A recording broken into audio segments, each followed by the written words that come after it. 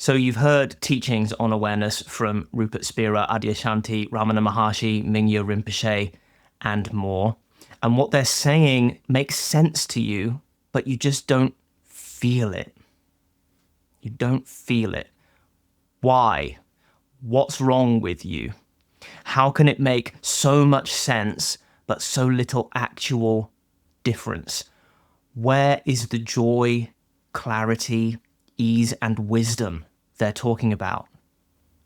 And how do you deal with the frustration that comes when they say things like, it's right here, it's your inherent nature, or the one that used to fuck me up the most, stop looking. In this video, I'm going to share with you the exercise that finally helped me realize the truth to which these wonderful teachers are pointing. Not just intellectually, but intuitively.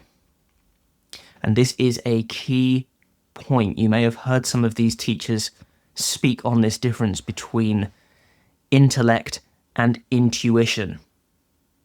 Adyashanti talks about 3 levels of understanding: the head, the heart, and the gut. We can simplify this to just 2 levels, intellect and intuition.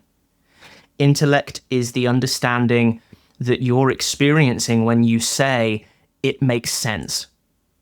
It makes sense when you hear these teachers use these words to describe that your true nature is awareness, to describe that you are not the things that come and go within that awareness. This makes sense to you. You understand the philosophy, in other words. You subscribe to it. You like it. You buy it, so to speak.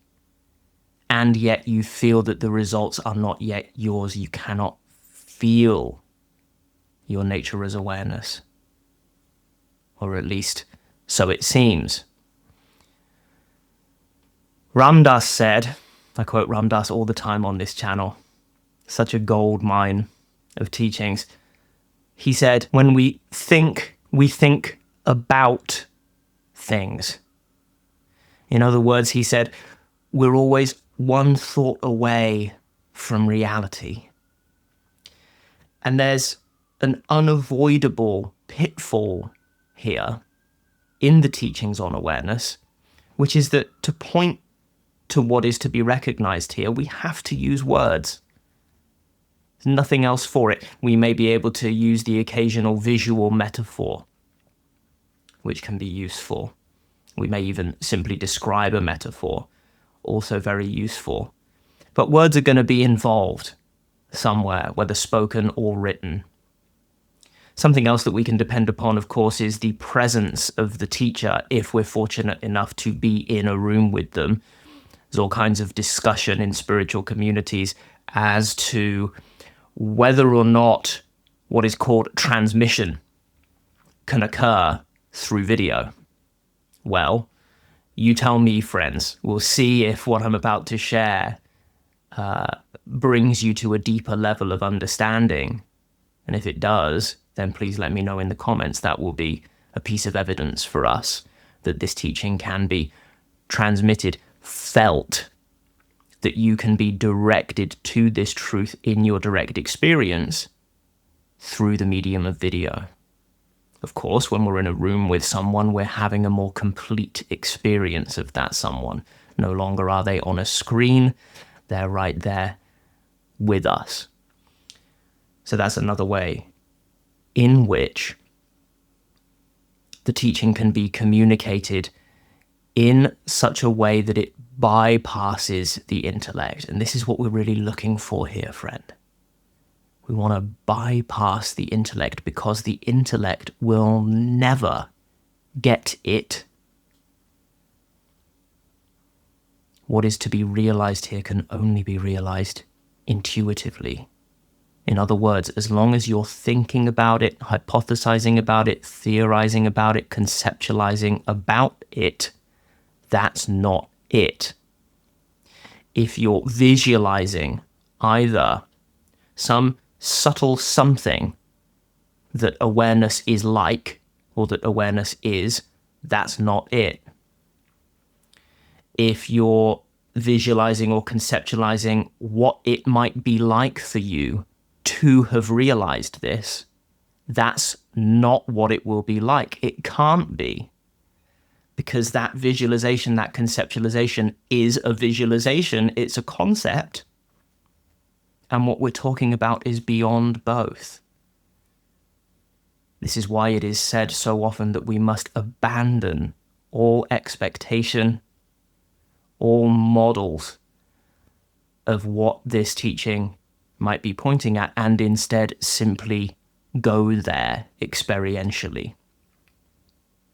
So we're going to do this exercise together. This is the exercise that finally got me the experiential glimpse of my nature as awareness that I had been longing for as I listened to these teachers over the course of years, and as I experimented with various relativistic practices, gradual path practices, alongside.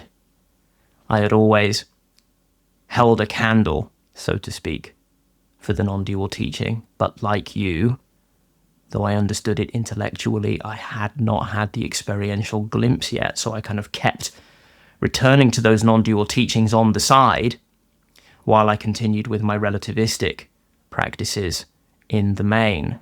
But here's the exercise that I came up with quite spontaneously, and I imagine others have as well. It's really quite simple, but there I was contemplating the teaching on awareness, seeing if I could somehow confirm for myself what awareness is. And so I simply sat and asked myself, can I be aware of my left hand?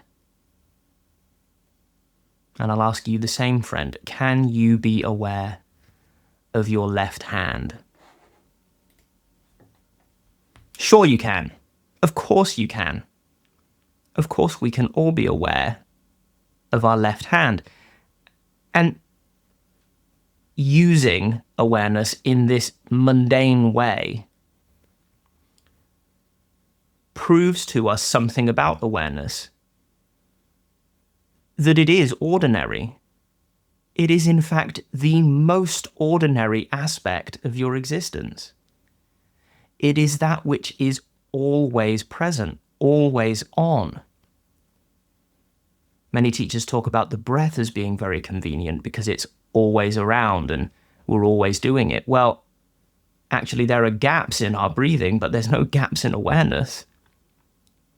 Awareness is even more ubiquitous. Ultimately common. The common ingredient in all experience. So can you be aware of your left hand? Sure you can. In the same way, can you be aware of being aware? And don't reach for something. Certainly don't look for something extraordinary. It is the opposite of extraordinary. I have said before, it's the ultimate example of something that's hidden in plain sight. It is sight. It's not even in sight. It's more obvious than something that is hidden in plain sight. It is that which sees anything, perceives anything, but it is not something that can be perceived. It has no substance, no characteristics, as they say in the Tibetan teachings.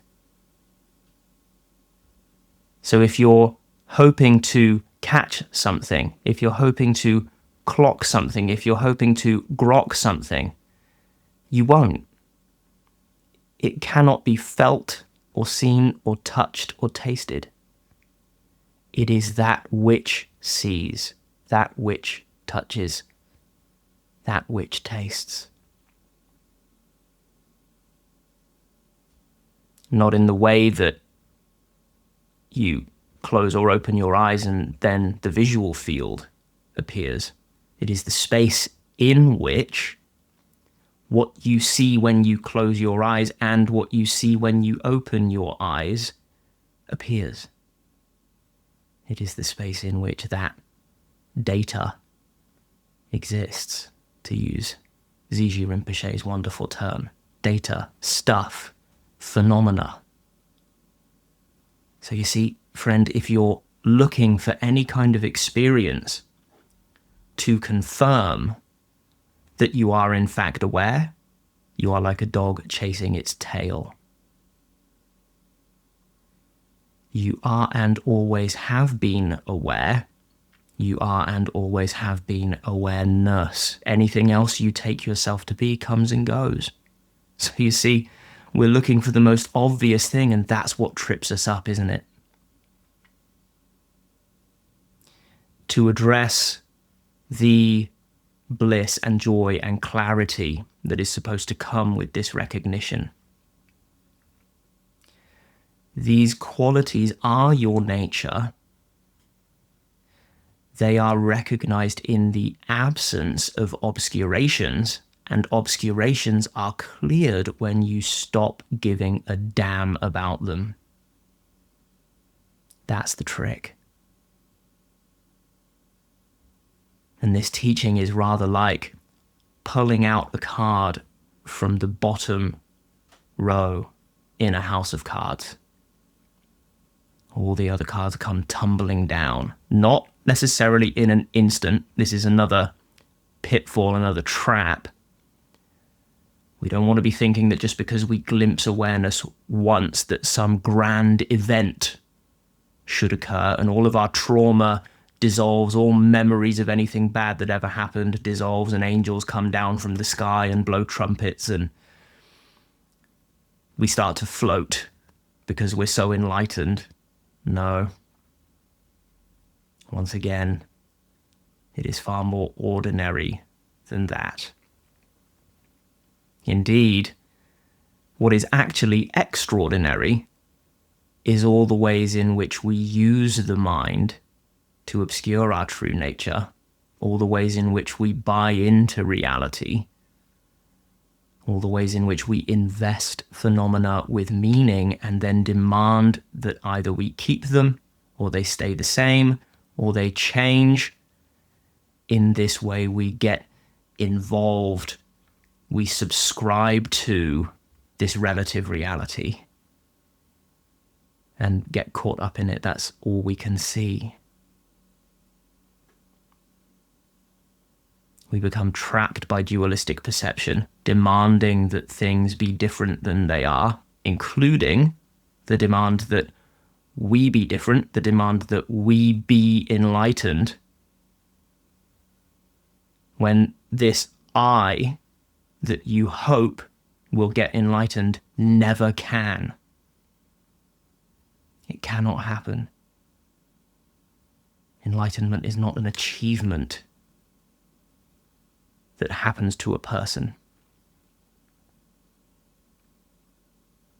Enlightenment is the dissolving of that person in the recognition that that person is never what you were, not what you are, that that person comes and goes just like all other phenomena. That when you unsubscribe from all of the meaning making that we all are trained to do so chronically, then you see that that person that you've taken yourself to be is no different to the sound of the leaves in the wind, a ripple on the surface of a body of water. It all comes and goes. This is what is to be recognized. You are that space in which it all comes and goes. If you're like me, friend, you will just need to be exposed to many of these pointings. Certainly for me, when I was in intellectual understanding, I could certainly confirm that this was the most robust philosophy or teaching or anything that I'd ever heard. I felt that it was irresistible as the next thing that I should test at some point. I held on to my relativistic practices because I felt I needed them. Really, my real curiosity was in the non-dual teaching for a good couple of years at least before I fully entered into the inquiry. When I did, things opened up tremendously quickly. But I did need to expose myself to hundreds of these pointings over time. And I've heard from many viewers that when they come across these pointings that I'm sharing on this channel, that they are either in the midst of enjoying these pointings from many teachers, or in special cases, like our friend Paul, who I mentioned in my previous video. Sometimes someone will come along having exposed themselves to these teachings for 50 years and just hear the right one from the right teacher at the right time that hits them in just the right way, and poof, everything vanishes. And they experience, as Paul did, periods of true bliss, he said. It's not just available, friend, this bliss. It is what you are. But it's not like fireworks. It's not the same kind of bliss as what we typically experience here in the 21st century as gratification. It's not like getting a new toy or a new car or a promotion. That's gratification. No, we're talking about something deeper, more stable. I think it was a Greek philosopher, one of the Stoics, who said, true happiness doesn't flash, it glows. It's like that. So don't look for any fireworks to occur. But if you found this pointing useful, come back to it. If you feel inclined to dig around for slightly different pointings, there are many on my channel, over 100 videos here now. Let me know how they strike you in the comments. And if you want some more personalized guidance, there's a link, as always, in the description to my 1-minute quiz, which you can take to get some direct feedback on where you're at in this whole picture. And then there'll be some advice coming to you afterward, or an invitation for us to connect somehow. Or maybe just some advice if you're earlier on in this journey. If that's you, well done for making it to the end of this video. Again, if you enjoyed this one, give it a like, subscribe, do the stuff that tells YouTube you want to see more of these, and I'll catch you in the next one.